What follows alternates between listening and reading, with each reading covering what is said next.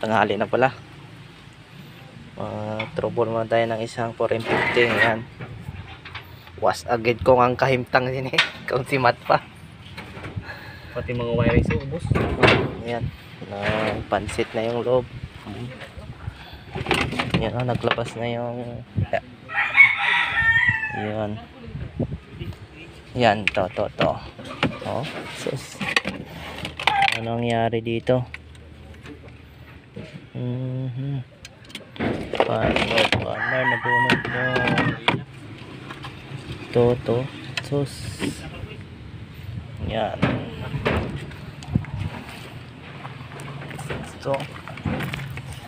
So, yung mga pansit naglabasan na. Ang ganda pa po ng sasakyan na to. Yan.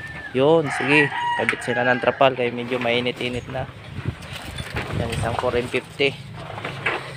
Testingan natin kung aandar pa o hindi na. Yan. Okay, yan yung kanyang ano.